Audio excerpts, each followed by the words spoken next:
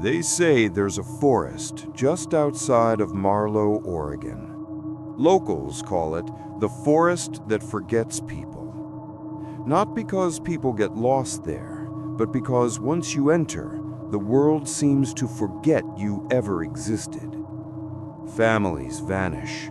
Cars are found at the trailhead, doors open, keys still in the ignition, but no trace of who drove them there. It's like the forest erases them. And yet, every year, someone goes in anyway. Hikers, thrill seekers, YouTubers chasing real paranormal footage. They all think they'll be the ones to make it back. My brother, Daniel, was one of them, and I'm the reason he went in. It started last October. He was obsessed with forgotten places, ghost towns, cursed trails, the most haunted anything. He even had a small YouTube channel called Wander Dark. It didn't have many followers, but he didn't care. He said, "It's not about clicks, it's about the truth." One night, I found him watching an old forum video, grainy footage of a man whispering, "If you hear someone call your name in the Marlowe woods, don't answer. It's not them." Daniel was hooked. The next morning, he told me, "I'm going there. I'll prove it's just stories." I begged him not to go. Everyone in town knew what happened there. But he laughed it off. "You worry too much, Em. I'll be back by sunrise." That was October 21st. I haven't seen him since. The police said there was no evidence of foul play. Just his car, parked by the entrance, camera gone, footprints leading in, none leading out. I should have left it there. But something in me couldn't let go. I kept dreaming about that forest, and in my dreams, I could hear him calling my name. So last week, I went back to where it all began, and I brought his old GoPro with me. If you ever find yourself near Marlowe, and you see a trail marked by 3 birch trees leaning inward, turn around, because once you step past them, it's already too late. The morning I went back to Marlowe Forest, the air felt wrong. Too still. No birds, no wind, just a kind of silence that presses on your skin. I parked where Daniel's car had been found. The rangers had already taken it away months ago, but the dirt still held faint tire tracks and one old police tape fluttering in the wind. The trailhead looked ordinary. A faded wooden sign, Marlowe Nature Preserve. But the map beside it was gone. Only the outline of where it used to be, like something had peeled it away. I set the GoPro on my chest harness and started walking. At first, everything looked fine. Pine needles underfoot, sunlight breaking through the fog. It didn't feel haunted. It felt forgotten. After about 20 minutes, I noticed something strange. My compass stopped moving. The needle just froze. I tapped it, shook it, even switched to my phone's GPS. Nothing. No signal, no direction. Then the path began to split. Once, twice, then 3 times in less than a mile. I marked each turn with red string like Daniel used to do. But when I looked back, the string was gone. I tried to retrace my steps. Every path looked the same. Same trees, same rocks, same silence. That's when I realized the forest was rearranging itself. And then I saw it. 3 birch trees, leaning inward, just like in my dreams. I shouldn't have gone closer, but something pulled me toward them. Not physically, more like a memory tugging at my ribs.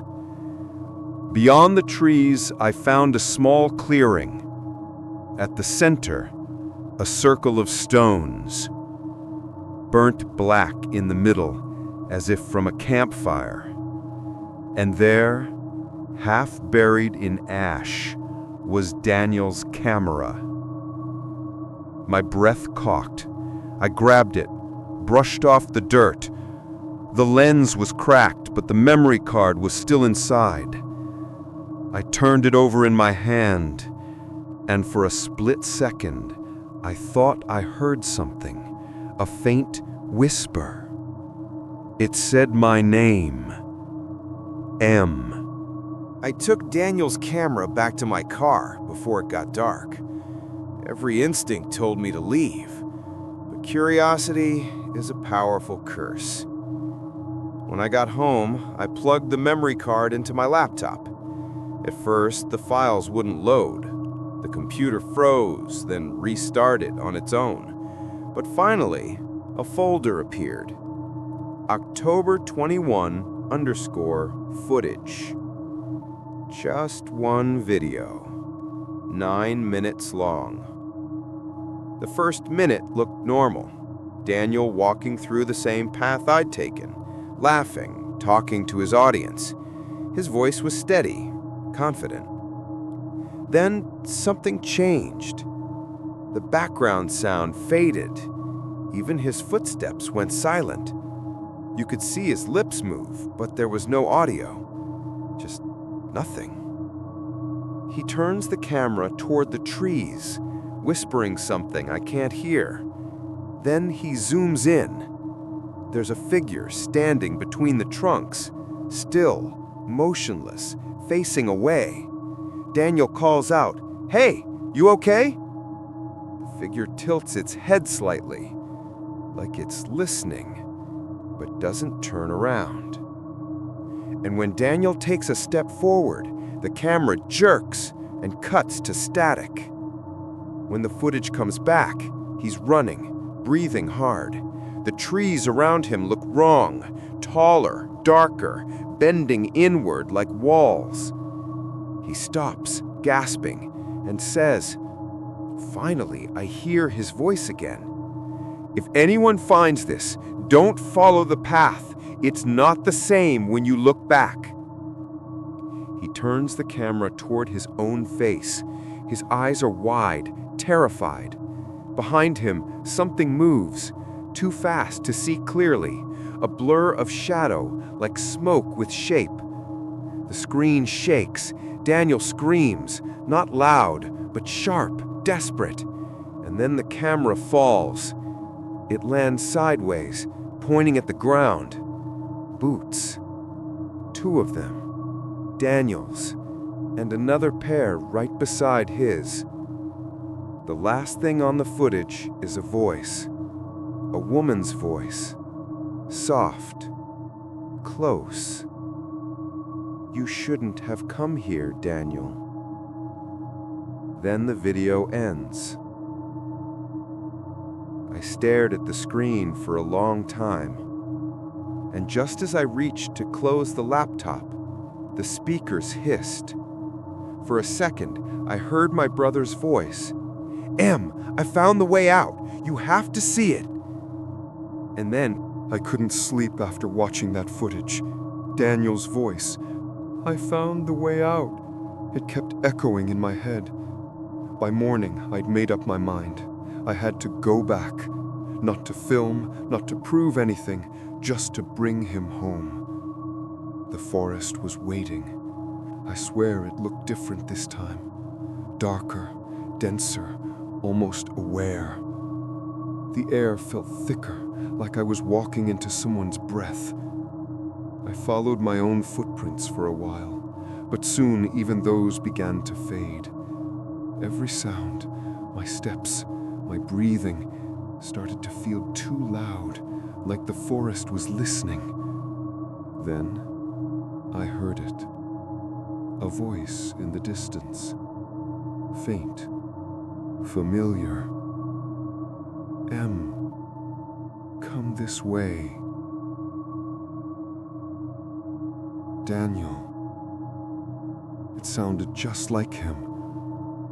I ran toward it, tripping over roots and wet moss. The trees seemed to close in, their branches stretching like arms. And then I saw a light ahead. A small, flickering glow deep between the trees. I pushed through the fog and found another clearing. At its center, the same circle of stones. But this time, there was a fire burning. Someone was standing on the other side. A woman. Long, dark hair. Eyes too bright, like they reflected the flames instead of seeing them. She smiled. You came for him. I froze. Where's my brother? She tilted her head. He's part of the forest now, like the others. Behind her, shadows began to move, figures emerging from the trees. Their faces pale, their movements slow, like people half asleep or half dead, and among them, Daniel. His eyes were blank, but he was smiling. You found me, Em. Now stay. I backed away, shaking my head. No, you're not real. The woman stepped closer. The fire burned brighter. Everyone who enters here forgets the world, and the world forgets them. Isn't that what you wanted?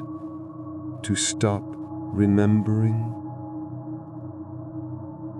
I stumbled backward, but every direction looked the same. Endless trees, endless whispers. The air hummed, vibrating in my bones.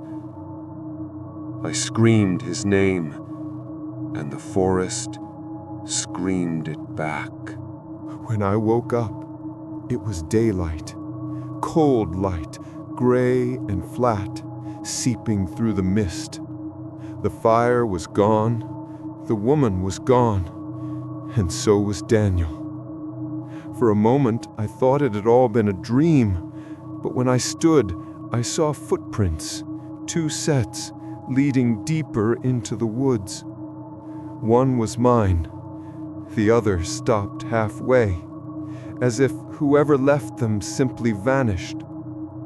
My camera was still recording, battery almost dead. I turned it toward myself. If anyone finds this, my name is Emily Carter. My brother Daniel disappeared here last year. I think I just saw him. My voice cracked. I tried to laugh, but it came out like a sob. If you hear him, don't follow, don't answer. Please, just leave this place alone. Then I stopped talking, because I realized the forest was breathing. Not the wind, not animals. It was slow, rhythmic, like the sound of lungs pulling in fog. And beneath that, a whisper, faint, almost gentle. You're one of us now. I dropped the camera and ran. Branches tore at my clothes, roots grabbed my ankles like hands. I don't remember how long I ran, just that when I finally broke through the tree line, I fell to my knees, gasping, crying, shaking. A ranger found me hours later, wandering the roadside. He said I was lucky. He said no one comes out of those woods alone. I asked him if he remembered my brother. He frowned. Sorry, miss. I don't think anyone by that name ever went missing here. When I got home, I checked the police report. It was gone. No file, no car, no Daniel. Even my phone photos of him. Just black squares, like he'd never existed. But sometimes, when the night gets quiet, I hear footsteps outside my window, a slow knock at the glass, and a voice, warm, familiar, whispering, "Em, I found the way out. Come see." I never look, because I know if I do, the forest will remember me again, and this time it won't let me go.